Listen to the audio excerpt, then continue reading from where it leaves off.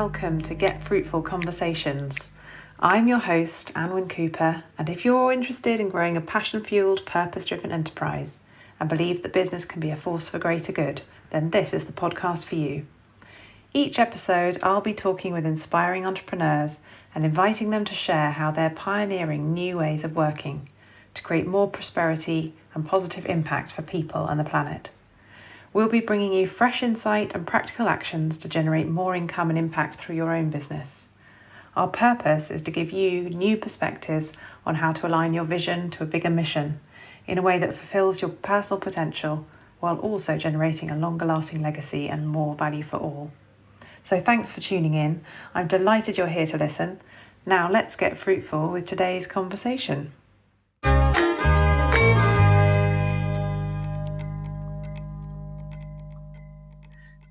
My guest today on this conversation is Fleur Record-Smith, who is founder and director at Hayne House wedding venue in Kent. She is passionate about sustainability and committed to net zero and has been really leading the way on sustainability through her own business. She is an ambassador at the Sustainable Wedding Alliance and is now looking to collaborate more with other businesses and within the wedding industry to expand on her message about sustainable business and how other people can put this into practice. She originally qualified as a lawyer and then went on to do a couple of MAs in entrepreneurship and business management, and more recently has studied through the University of Cambridge in business sustainability. So she's very qualified in what she does, and I'm really excited to have Fleur join me on the call today. So welcome, Fleur. Hi, thank you for having me. Thank you for joining. So I wanted to kick off with the big question that I always ask my guests, because this conversation is always about business as a force for good. I want to hear what business as a force for good means for you. So business as a force for good. For me, it means a business that takes responsibility for the impact that it has, and goes beyond its own business, to have an impact on people, the positive impact, of course, on people, planet. So that's looking after all its stakeholders. So its staff, its suppliers, and obviously its environmental impact. That's what it. Thank you. Yeah, really good summary there, nice and snappy. So obviously I gave you a little intro there to share a little bit about your background, and there's probably things I've missed out, maybe some things I got wrong, I don't know, but this is your chance to just tell us a little bit about your business journey. How did you come to be doing what you do now? And what lessons have you learned along the way? Sure, you definitely overqualified me as a lawyer. I did do a law degree. Okay. I then went on to do business because I decided it wasn't quite what I wanted to do. But no, the summary was perfectly accurate other than that. My business journey, I literally started, I always wanted to run my own business. So I literally started off straight out of university. I originally actually wanted to start a business in organic wine. Oh, right. Which I had this wonderful business plan ready, and it was 2008, and there was a massive recession on. People weren't really that keen to finance, such a project. So I ended up having to change my plans. I started off. I took an opportunity. I wanted to get some experience on the field, so I took over a business centre in Tunbridge Wells, which is more sort of commercial property, just to get some on the ground experience. It was a sort of struggling business and needed someone to sort of go in and turn it around. So that's how I started. And then on the side, I was working on this little labour of love project, which was the wedding venue. So that Hayne House is based on a family property, and I sort of decided to refurbish one of the buildings, which was our family home, and to make it into a wedding venue. So I was doing that sort of along the side until it started to grow, and then I decided to sort of sell off the other business and focus on Hayne House, which has been really exciting. So built the orangery in 2018. So we ditched our marquee and went for a really lovely new purpose-built building, and sort of grown strength to strength from there. Fantastic. So an exciting journey.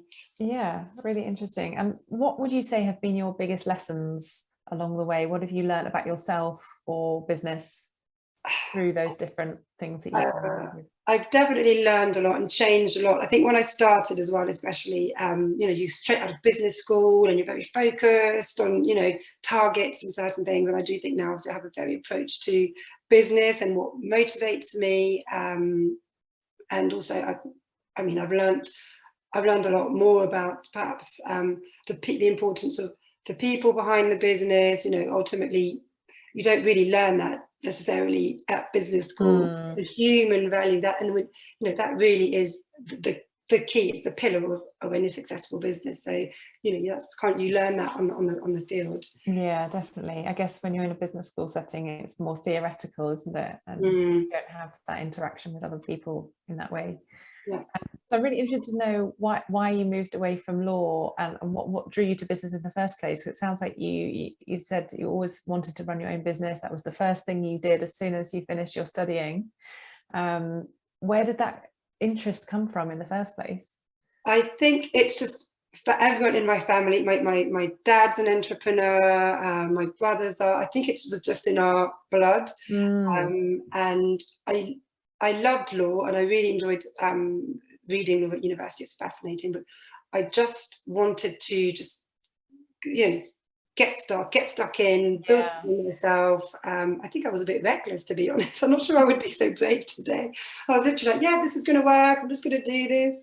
And so I think I think there was perhaps, you know, definitely influence of what the environment I've grown up in, and, you know, that entrepreneurial spirit, which I wanted to do. So yeah, brilliant, thank you. So what you talked a bit about your family being a big inspiration for you. Where else do you draw inspiration and motivation from? In general, or in business, or a bit of both, I suppose. But yeah, what kind of gets you out of bed in the morning? And, you know, are there any podcasts that you like to listen to, or books you like to read, or people that you look up to? Yeah, definitely. So yeah, my motivations at the moment very much centered around sort of sustainability, and they've definitely sort of changed over the year. I'm very much into, you know, seeking more purpose into what I do. I love podcasts like Outrage and Optimism. I take a lot of inspiration from really brave and courageous leaders like Paul Polman from Unilever, you know, people that really stand for values, and for business as being, you know, a force for good. I inspired by the rise of the B Corp movement and seeing all these companies who are doing amazing things, and not only are they, you know, sort of innovating by having such a positive impact on the world, but also they actually outperforming, you know, all other businesses. So it's just, there's such an energy at the moment behind that movement. So that definitely inspires me. And if I were to start my whole journey again, I would start there. Now, you know, I would be looking for a job in one of those companies, or that, you know, young people have such amazing choices, and of companies with genuine values now. I find that really exciting. Yeah, definitely. So what is next for you? You told us a little bit about the journey to this point, but what's your future vision? What are you working towards now? So my future vision is a little bit twofold. So there's what we're doing at Hayne House. So obviously we're very big on sustainability. So my plan is with Hayne House is to use it to be a role model for other industries in our business and beyond, and to really share what we're doing, how we're doing it. So sort of encourage other small business owners like myself to take action. So we've obviously got a lot to do with our sort of net zero commitment. I have a lot of work to do on behavioural change, working in our industry. So that's my main mission I'm on at the moment. And I'm also personally as well gaining some extra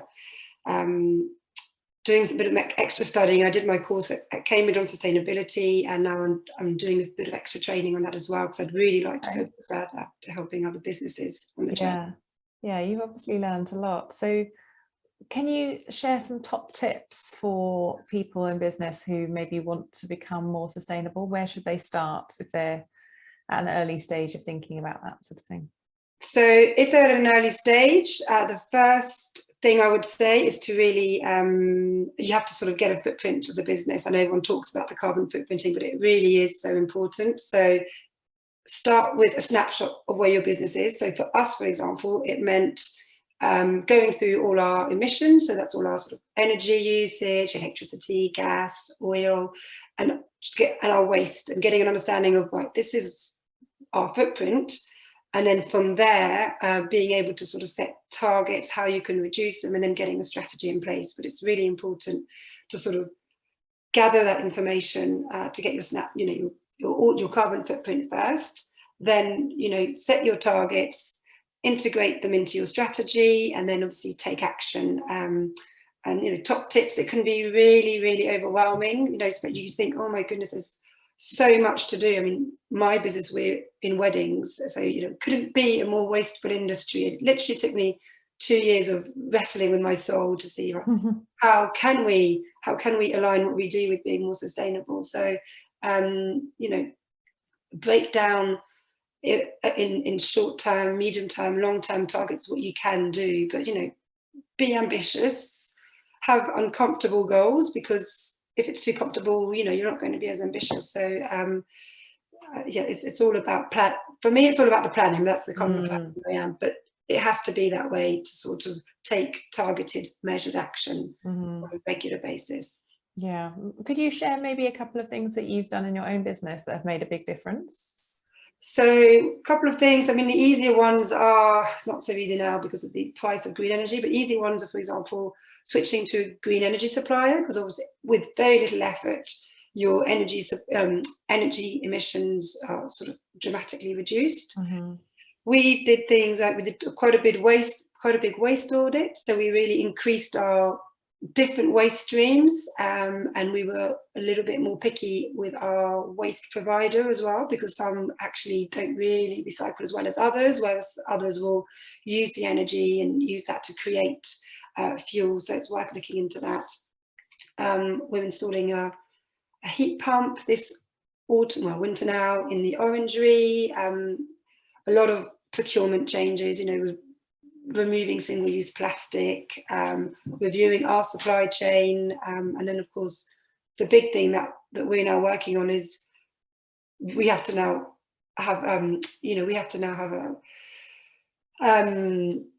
work with our suppliers, with our supply chain, so that they become more sustainable. That's going to be our biggest work. So like a ripple effect. It's the huge repercussions on every single business. So you just got to chip away at everything as you can. And what would you say have been the benefits of going on this journey and doing all this work? How has it positively impacted you and your business? I'd say overwhelmingly the most positive, especially for us, as we did have a really difficult time the last couple of years with COVID. So we were already sort of focused on our sustainability strategy, but in January I took a few members of the team off furlough, and we were like, okay, let's focus on something positive. We're going to get through this. And that's been the most rewarding for me. It's that the team are so engaged, they're so supportive, we're learning together, and we all have this feeling of we're going into work, we're doing our job, but actually we're doing more than that. We're making a difference. We're encouraging our customers, our suppliers to do things differently. And that has been really, really rewarding. I mean, that's definitely been the most rewarding. And you're really sort of leading the way and showing it by example. Yes, exactly. You feel good. Everyone wants to go to work and feel good about what they do. And you may not be able to put an immediate financial value on that as a business, but there is a lot of value in that, because you attract better people. Staff are happy. It's really, really key. And other benefits, we've got a really good supplier network now. So again, moving away from the traditional wholesalers that we used to use, we've now got a lovely network of small independent businesses. So, you know, we know our eggs come from the eggman. We know exactly where our milk comes from. And, you know, we had to research every single supplier. We've got a lovely coffee lady who's Colombian and who grinds the beans at home and roasts them at home in a home in Kent. You know, it's just, there's this lovely story to everything. We've got a really strong supplier network, which has been great. And of course, long term, you know, we're hoping to save costs on energy, and even a lot of our operational costs are reduced. So there's lots of benefits. And of course, the couples that are looking for more sustainable, a venue that's more sustainable, and you know, people are coming to us, which is great, or even unrelated businesses that are just coming to us saying, "Oh, we've seen what you do. How can we do it?" So it's been a really amazing journey. Yeah, fantastic. Really good to hear about the success you're having. So in a moment, I will ask you to share your contact details if people want to get in touch or find out more about you and what you're doing. But before we move on to that, are there any final words of wisdom or pointers of advice, top tips that you'd like to share for other people who want to make their business a force for good? I'm not sure I'm qualified to give out such advice, but I'll give you my best shot. Top tips. I think for me, it's get yourself out of your comfort zone.